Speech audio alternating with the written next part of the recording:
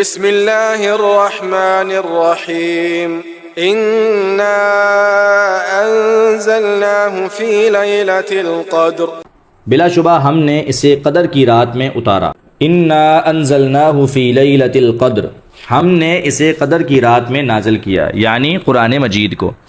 جب کوئی چیز اتنی مشہور ہو کہ خود بخود ذہن میں آ جاتی ہو تو اس کی عظمت واضح کرنے کے لیے نام لینے کے بجائے اس کی ضمیر پر اکتفا کیا جاتا ہے۔ نمبر 2، القدر، اس کا معنی تقدیر ہے، یعنی تقدیر کی رات۔ اس معنی کی تائید اس آیت سے ہوتی ہے، فیہا یفرق کل امر حکیم، سورۃ الدخان۔ اس رات میں ہر محکم کام کا فیصلہ کیا جاتا ہے، یعنی سال بھر میں جو کام ہونا ہوتا ہے اس رات میں لوح محفوظ سے نقل کر کے ان فرشتوں کے حوالے کر دیا جاتا ہے جو اسے سر انجام دیتے ہیں۔ القدر کا دوسرا معنی عظمت ہے، یعنی عظمت والی رات۔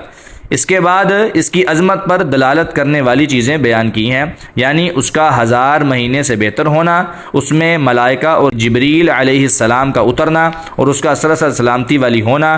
لیلۃ القدر کے مفہوم میں یہ معنی بھی شامل ہے۔ نمبر 3، لیلۃ القدر میں قرآن مجید اتارنے کا مطلب عبداللہ بن عباس رضی اللہ عنہما نے یہ بیان فرمایا ہے کہ لیلۃ القدر میں پورا قرآن ایک ہی دفعہ آسمان دنیا پر نازل کیا گیا، پھر وہاں سے تھوڑا تھوڑا کر کے کئی سالوں میں رسول اللہ صلی اللہ علیہ وسلم پر نازل ہوا۔ تفسیر ابن کثیر کے محقق حکمت بن بشیر نے سورہ بنی اسرائیل کی آیت 106 وَقُرْآنًا فَرَقْنَاهُ لِتَقْرَأَهُ عَلَى النَّاسِ عَلَى مُكْثٍ کی تفسیر کی تحقیق میں ابن عباس رضی اللہ عنہما کے اس قول کے متعلق فرمایا کہ اسے طبری، نسائی، حاکم اور بیہقی نے روایت کیا ہے، اور سب نے اسے داود بن ابی ہند عن اکرمہ عن ابن عباس کی سند سے بیان کیا ہے۔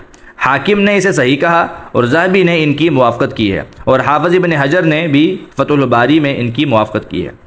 دوسرا مطلب یہ ہے کہ رسول اللہ صلی اللہ علیہ وسلم پر قرآن مجید کے نزول کی ابتدا لیلۃ القدر میں ہوئی، یہ معنی امام شعبی رحمہ اللہ نے کیا ہے۔ امام طبری اور زمین پر قرآن مجید کے لیلۃ القدر میں اترنے کا معنی اس کے سوا ہو بھی نہیں سکتا۔ نمبر 4، اس رات کے رمضان میں ہونے کی تصریح خود قرآن میں آئی ہے۔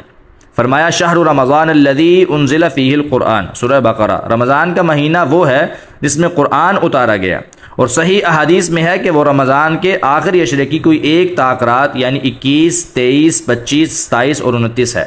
متعین نہ کرنے میں یہ حکمت ہے کہ مسلمان ان راتوں میں زیادہ سے زیادہ عبادت کر لیں۔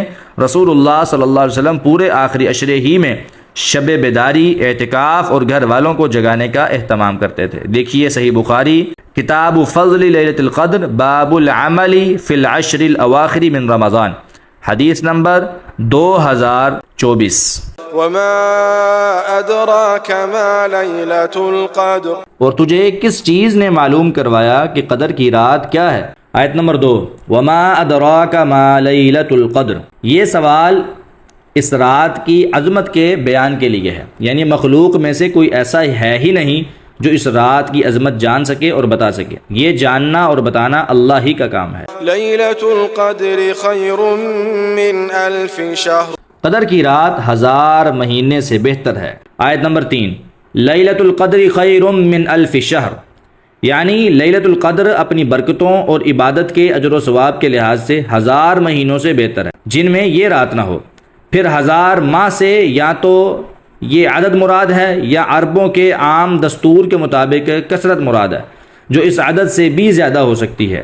یعنی یہاں بعض مفسرین نے بنو امیہ کے ایام حکومت جو 1000 ماہ تھے ان کی مذمت میں ایک روایت لکھی ہے، حالانکہ ترمذی رحمہ اللہ نے اسے روایت کر کے خود ہی ضعیف قرار دیا ہے۔ دیکھیے جامع ترمذی کتاب تفسیر القرآن، باب ومن سورۃ لیلۃ القدر، حدیث نمبر 3350۔ اس کے برعکس حقیقت یہ ہے کہ بنو امیہ کا عہد اگرچہ خلفائے راشدین کے عہد کا مقابلہ نہیں کر سکتا، مگر وہ بھی اسلام کے عروج کا عہد ہے، جس میں اسلام کا پھریرا مشرق سے مغرب تک لہرایا۔ انہی کے عہد تک پورا عالم اسلام ایک خلیفہ کے تحت رہا اور اسلام غالب، سربلند اور محفوظ رہا۔ رسول اللہ صلی اللہ علیہ وسلم نے فرمایا تھا، لا يزال هذا الدین عزیزا منیعا الى 12 خلیفة كلهم من قریش۔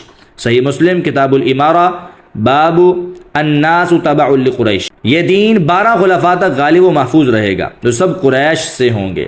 ابو داود میں انہی جابر بن سمورہ سے مروی الفاظ یہ ہیں، لا يزال هذا الدين قائما حتى يكون عليكم 12 خلیفۃ كلهم تجتمع عليه الامہ كلهم من قریش۔ سنن ابو داود کتاب المہدی حدیث نمبر 4279۔ وقال الالبانی صحیح، یہ دین قائم رہے گا حتیٰ کہ 12 خلفاء ہوں جن سب پر امت جمع ہوگی، سب کے سب قریش سے ہوں گے۔ روافض اور ان سے متاثر لوگ اسلام کے اس سنہرے دور کے متعلق فضول باتیں کرتے رہتے ہیں، حالانکہ اس کے بعد نہ امت مسلمہ کو ایک خلیفہ پر جمع ہونے کی سعادت حاصل ہو سکی اور نہ اسلام اس طرح غالب رہا جس طرح ان کے عہد میں غالب تھا۔ تنزل الملائكة والروح فيها بإذن ربهم من كل أمر، اس میں فرشتے اور روح اپنے رب کے حکم سے ہر امر کے متعلق اترتے ہیں۔ آیت نمبر 4، تنزل الملائکۃ والروح فیہا، الروح سے مراد جبرائیل علیہ السلام ہے۔ اللہ تعالیٰ نے فرمایا نزل بہ الروح الامین، سورۃ الشعراء، یہ قرآن روح الامین لے کر اترے ہیں۔ ملائکہ میں شامل ہونے کے باوجود ان کے شرف کی وجہ سے ان کا الگ ذکر فرمایا، جس طرح سورہ بقرہ کی اس آیت میں فرشتوں کے ذکر کے بعد ان کے شرف کی وجہ سے ان کا خاص طور پر الگ ذکر فرمایا۔ من کان عدوا للہ وملائکتہ ورسولہ وجبریل ومیکال فإن اللہ عدو للکافرین، سورۃ البقرہ۔ جو کوئی اللہ اور اس کے فرشتوں اور اس کے رسولوں اور جبریل اور میکال کا دشمن ہو تو بے شک اللہ سب کافروں کا دشمن ہے۔